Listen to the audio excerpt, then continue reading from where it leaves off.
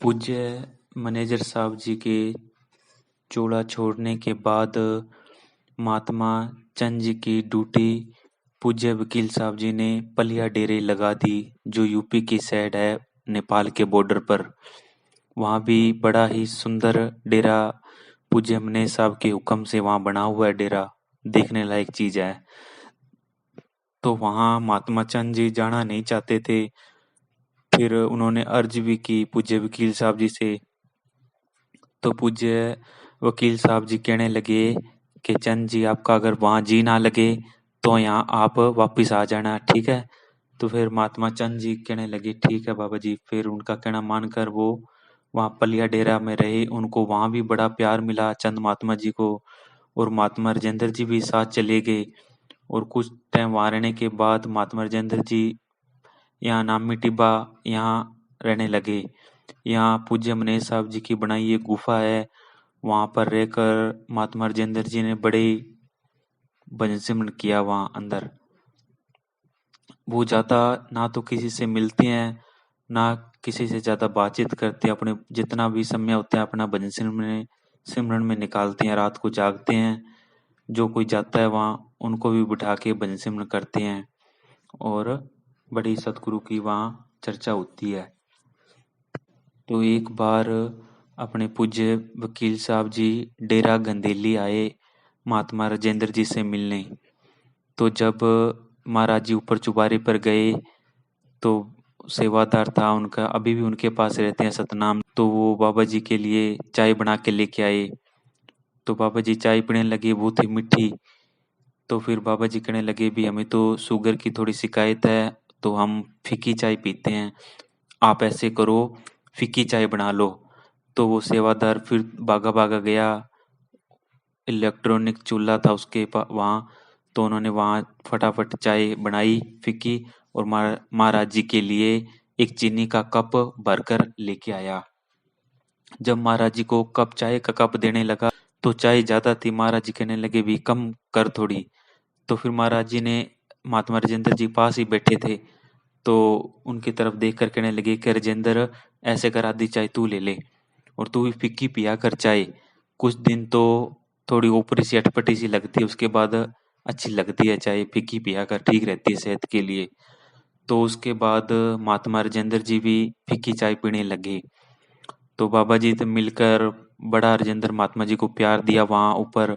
वो बातें आपको साध संगत जी धीरे धीरे साखियों में मैं यहाँ बताता रहूंगा। तो बड़ा प्यार देकर महाराज जी वापिस डेरे चले गए। तो महात्मा राजेंद्र जी ने उस दिन के बाद फीकी चाय पीने शुरू कर दी। और कुछ दिन बीते तो महात्मा राजेंद्र जी की तबीयत तो ठीक नहीं थी। तो उन्होंने डॉक्टर वगैरह को दिखाया, तो डॉक्टर ने शुगर की शिकायत बताई। तो महात्मा राजेंद्र जी सोचने लगे कि भी अभी बाबा जी मना करके मीठी चाय को, मैं तो चाय भी फीकी पीने लगा हूँ अब, फिर डॉक्टर ने शुगर कैसे बता दी।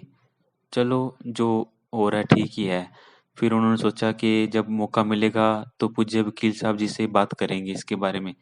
तो महाराज जी वापस दिल्ली से चक्कर आए इधर डेरे जगमालवाड़ी। तो इनका वहाँ महाराज जी के दर्शन के लिए गए महात्मा राजेंद्र जी। जब भी जाते लाइन में लगकर ही महाराज जी के दर्शन करते।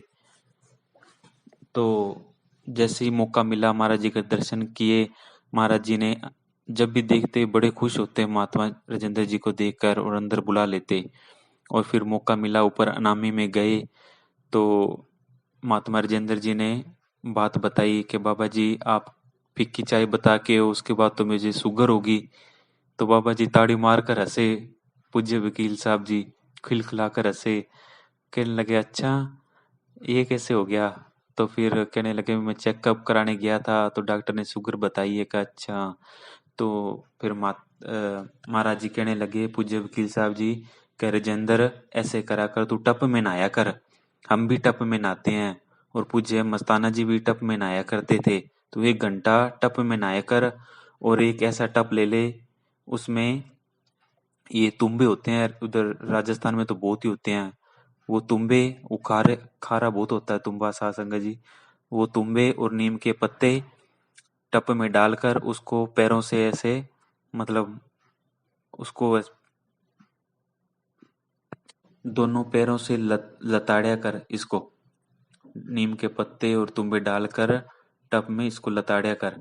और देखते सुगर, चिंता न घबराए कर, घबरा मत, सतगुरु ठीक सब ठीक करेगा।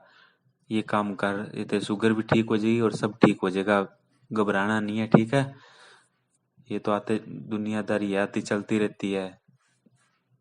महाराज जी ने बड़ी चीजें दी, इनाम दिया, और जो साथ आए थे उनको सूट वगैरह भी दिए, और जो बूट बूट थे अपने जूते वो भी दिए महाराज जी ने पहनने के लिए।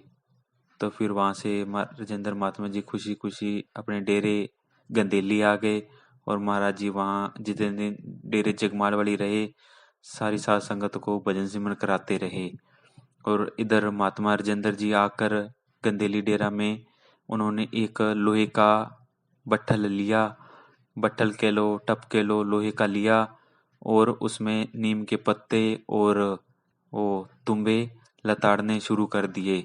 कुछ दिन किए तो उनके जो पैरों के नाखून थे बिल्कुल काले पड़ गए, अजीब सी तरह के हो गए। तो महात्मा जी ने सोचा भी, पूज्य वकील साहब जी ने कहा था भी शुगर ठीक हो जाएगी, तो नाखून और खराब हो रहे हैं मेरे। तो उन्होंने वो बीच में छोड़ दिया, और फिर महाराज जी डेरे जगमाल वाली आए दिल्ली जाकर। तो फिर महाराज जी को मिलने का मौका मिला, तो ऊपर जब मुलाकात हुई अनामी में, तो महात्मा राजेंद्र जी ने कहा कि बाबा जी आपने जो नुस्खा बताया था वो भी लताड़े कर तुम्बे को, तो मैंने तो लताड़े, मेरे तो नाखून काले हो गए। तो महाराज जी एकदम ऐसे मतलब उठे अचानक से कि दिखा राजेंद्र क्या हुआ तेरे पगों को, जैसे भगवान कृष्ण जब सुदामा आया इतनी दूर चलकर कितने उसके प्यार से चरण धोए, उसका एक एक कांटा निकाला और कितने प्यार से उसके चरण पोछे। तो महाराज जी बड़ी वहां से ऐसे उठे भी, महात्मा राजेंद्र को कुछ नहीं होना चाहिए, महात्मा राजेंद्र जी को। तो महाराज जी कुर्सी से उठकर कहने लगे कि राजेंद्र तेरे पग दिखा, दिखा तेरे नाखून क्या हुआ है। तो महाराज जी ने बड़े ध्यान से उनके पैर देखे, नाखून को देखा, और फरमाने लगे कि कैसे किया था, कौन सा टप लिया था। तो महात्मा राजेंद्र जी कहने लगे कि बाबा जी मैंने तो लोहे का वो बट्ठल सा था एक हमारे पास पड़ा था, मैंने तो वो लिया था। तो महाराज जी कहने लगे पूज्य वकील साहब जी का बुद्धू, टप प्लास्टिक का लेना था तभी ये तेरे खराब हो गए, प्लास्टिक का लेके फिर करना था।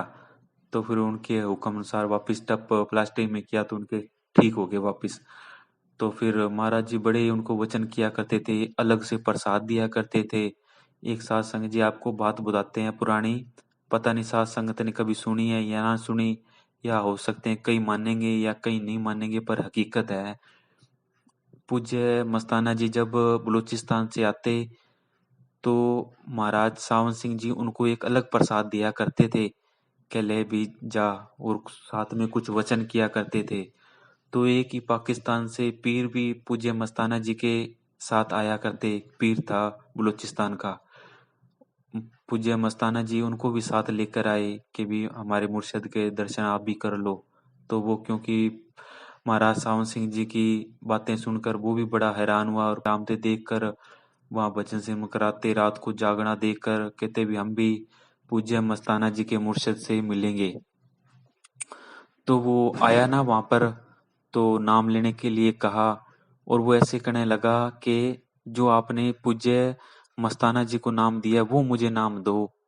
तो महाराज सावन सिंह जी कहने लगे कि वो मुश्किल है, वो तो पूज्य मस्ताना जी के लिए ही था। तो फिर ये वचन उनको फरमाया करते थे, वो जब भी प्रसाद देते पूज्य मस्ताना जी को, और साथ में बहुत ही वचन किया करते थे। ऐसे ही पूज्य वकील साहब जी जब भी महात्मा राजेंद्र जी आते उनको अलग एक प्रसाद दिया करते थे, अलग से प्रसाद दिया करते थे कि राजेंद्र जी को कहने लगे ये प्रसाद खाकर फिर भजन में बैठना, फिर देखना। और साथ संगत जी वचन किए, वो आगे जैसे जैसे साखियां आएगी तो मैं यहाँ अपलोड करता रहूंगा। और महात्मा जी आकर भजन सिमरन में बैठते, बड़ी उनको मतलब सुकून मिलता, और वानत की बातें सिर्फ वो पूज्य वकील साहब जी को ही वहां बताते अंदर की बातें। और महाराज जी ने इतना खजाना लुटाया, पूज्य वकील साहब जी ने किसी साथ संगत को घड़ियां, किसी को सूट, किसी को डॉलर, किसी को नोट, बहुत कुछ महाराज जी ने बांटा कि हमारी संगत भजन सिमरन करने लग जाए। कब तक ये काल के देश में धक्के खाती रहेंगी? हमारे होते होते जीव निकल जाए तो ठीक है, ये सीख जाए इतना ही बहुत। हम तो देखकर खुश हैं, क्योंकि अंदर से पूज्य मनीष साहब जी का यही हुक्म आता है कि आप बैठ कर कराओ इनको। बहुत ही काल का बहुत जोर है, कोई भजन सिमरन कर नहीं सकता, तो आप इनके साथ बैठ कर कराओ। तो पूज्य मनीष साहब जी, पूज्य वकील साहब जी इतनी दौलत लुटाई और इतना कुछ किया उन्होंने कि कोई जीव कैसे भी लालच से किसी को कोई चीज देखकर भी बैठना सीख जाए। ऐसे ही पूज्य मस्ताना जी लुटाया करते थे।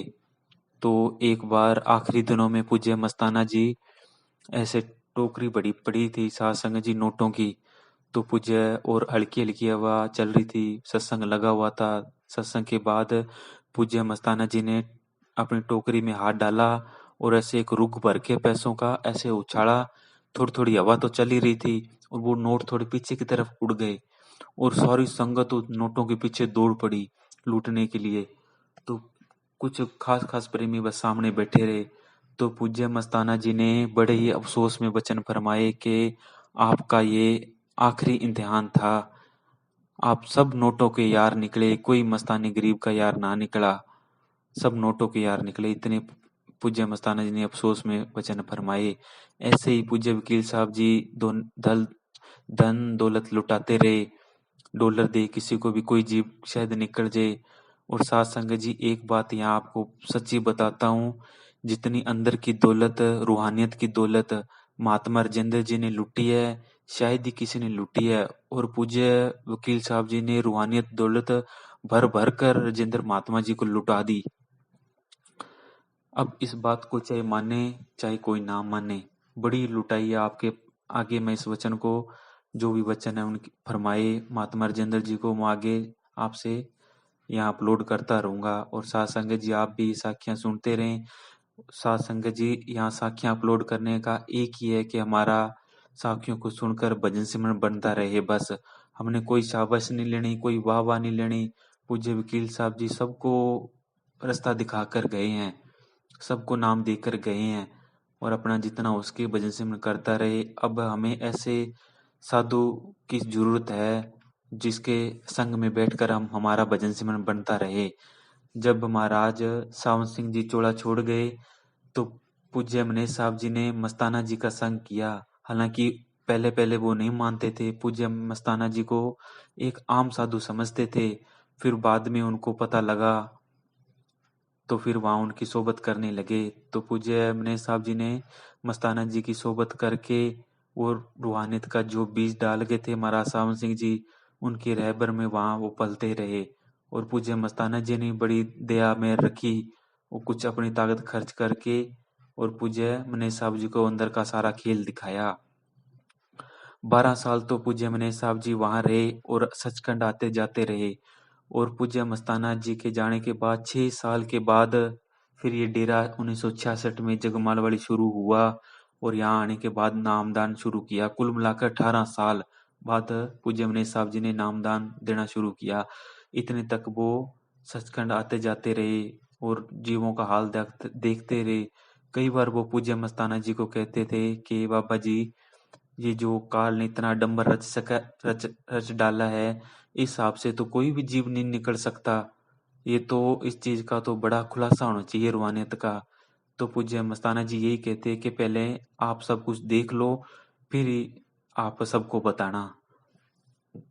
तो साथ संगत जी यही 5 भागों में ये साखियां थी जो एक साथ बोलनी बड़ी ही मुश्किल थी। तो मैंने इसको 5 भागों में बांटकर साथ संगत के बीच में रखा और आगे भी साखियां बहुत आती रहेगी। साथ संगत जी आप सुनते रहना साखियों का। फिर साथ संगत जी आपको बता देता हूँ कि साखियों का मोटिव सिर्फ इतना ही है कि हमारा भजन सिमरन बनता रहे, हमारे मुर्शद की, हमारे जो सतगुरु पूज्य वकील साहब जी की हमें याद आती रहे, पूज्य मनीष साहब जी की हमें क्या वचन करके गए हैं। और बड़ी ही नम्रता और दीनता से हमें हाथ जोड़ के दुनिया से निकलना है। कई लड़ाई झगड़े में नहीं पड़ना है, दुनिया इधर की उधर हो जाए, हमें पूज्य वकील साहब जी और मनीष साहब जी के वचनों से परे नहीं होना है। वो सब जीवों को अच्छी तरह समझा कर गए हैं जितना पूज्य मनेश साहब जी, मस्ताना जी और पूज्य वकील साहब जी ने अंदर के राज खोले हैं, शायद ही किसी ने खोले हैं। पूरा निचोड़ रखकर निकाल कर उन्हें सामने रख दिया जीवों के। अब भी कोई जीव अगर इधर उधर डोलता है तो उसकी फिर देख लो क्या किस्मत होगी। तो साध संगत जी, सारा हम तो यही महाराज जी से विनती करते हैं कि सारी साध संगत का भजन सिमरन बनता रहे। और साध संगत जी, आप भी मेरे लिए दुआ करें कि हमारा भी भजन सिमरन बनता रहे।